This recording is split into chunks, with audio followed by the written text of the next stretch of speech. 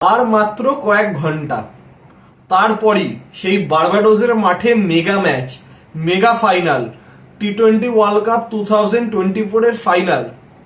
মুখোমুখি হবে দুটো আনবিটেন টিম, ইন্ডিয়া এবং সাউথ আফ্রিকা। তো আজকে এই ম্যাচের পর একজন বা একটা টিমের আনবিটেন তকমা ঘুচে যাবে এবং আর একটা টিম আনবিটেন তকমা নিয়ে ওয়ার্ল্ড কাপ জিতবে।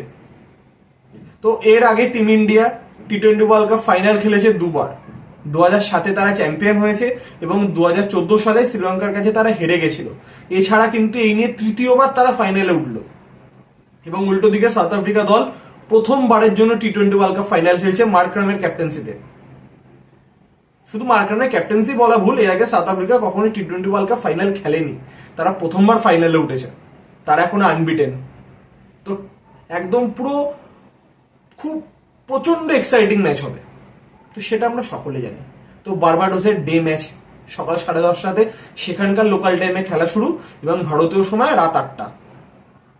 তো দুটো দলের যদি আমরা একটু প্লেইং 11 নিয়ে আলোচনা করি, তো এটা কার্যত 95% নিশ্চিত যে দুটো দলই সেম টিম নিয়ে খেলবে। আমরা যদি সাউথ আফ্রিকার টিমটা, যদি গত ম্যাচের টিমটাকে নিয়ে যদি দেখি, হেনড্রিক্স, কুইন্টন ডিকক, তারপর Markram, Klaasen, Miller, Stubbs, Marco Jansen, Keshav Maharaj, Rabada, নকিয়া এবং শামসি।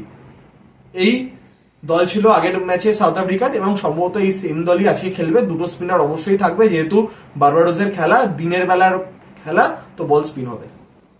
এবং উল্টো দিকে টিম ইন্ডিয়ার যদি যে 11 ছিল আগের ম্যাচে, রোহিত, বিরাট, পান্ত, সূর্যকুমার, দুবে, হার্দিক পান্ডিয়া, জাদেজা, আকসার, কুলদীপ, বুমরা, আর্শদীপ। তো আজকেও সম্ভবত দল সেম 11-এই খেলবে।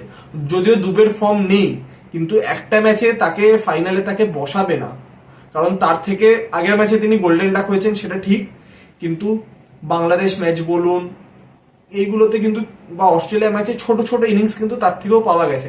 তো এখন টিম ইন্ডিয়ার যে ইন্টেন্ট, 2022 টি-20 ওয়ার্ল্ড কাপ সেমিফাইনাল হারার পর থেকে যে টিমের অ্যাপ্রোচটাই চেঞ্জ হয়ে গেছে। তো তার আগে অ্যাপ্রোচ ছিল যে কোনো একজন প্লেয়ার বড় রান করবে, বাকিরা সহায়তা করবে, কিন্তু এখন তাদের মাইন্ডসেট প্রত্যেকে ছোট ছোট কন্ট্রিবিউশন মিলিয়ে, যেখানে পার স্কোর 150 সেখানে দল করবে 180, যাতে বোলাররা সহায়তা পায়।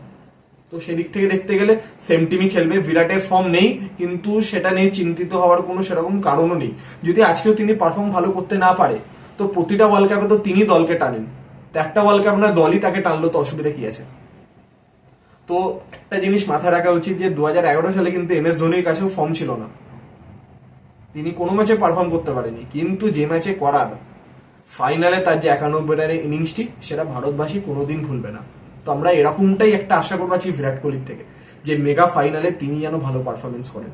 তো দল পুরো ফর্মে রয়েছে, রোহিত বলুন, পান্ত বলুন, সূর্যকুমার, প্রত্যেকে নিজের দায়িত্বটা জানে, তো সে অনুযায়ী প্রত্যেকে কন্ট্রিবিউট করছে এবং পুরো দলগতভাবে ফিল্ডিং হচ্ছে, বোলিং হচ্ছে, বোলিংয়ে 7টা অপশন, 6টা অপশন ইউজ করা হচ্ছে। দুবেকে সেভাবে ইউজ করা হচ্ছে না, কারণ প্রয়োজন হচ্ছে না, 6জনই নিজেদের কাজ করে দিচ্ছে। তো আগের ম্যাচে তো পান্ডিয়াকে সেরকম ভাবে দরকারই হয়নি ইংল্যান্ড ম্যাচে। তো আমরা আশা করব ভারতীয় দল খুব ভালো পারফর্ম করবে এবং 2013 সালের পর থেকে এই যে ICC টুর্নামেন্ট দল জিততে পারছে না, ফাইনালে গিয়ে সেমিফাইনালে গিয়ে হেরে যাচ্ছে, এই তকমাটা ফাইনালি রোহিত ঘোচাবে। এবং 2023 ওয়ার্ল্ড টেস্ট চ্যাম্পিয়নশিপ ফাইনাল হেরেছে রোহিতে নিজের ক্যাপ্টেন্সিতে, ওয়ার্ল্ড কাপ ফাইনাল হেরেছে। তো আমরা চাইবো রোহিত যেন এইবার অন্তত এই ট্রফিটা যেন জেতে। তো একটি হাই ভোল্টেজ ম্যাচ হবে। তো সেই ম্যাচে খুঁটিনাটি সমস্ত আপডেট নিয়ে অবশ্যই দেখা হবে ম্যাচ শেষে ভিডিওর মাধ্যমে। তো এখনকার মতো এতটাই, আবার দেখা হচ্ছে ম্যাচ শেষে।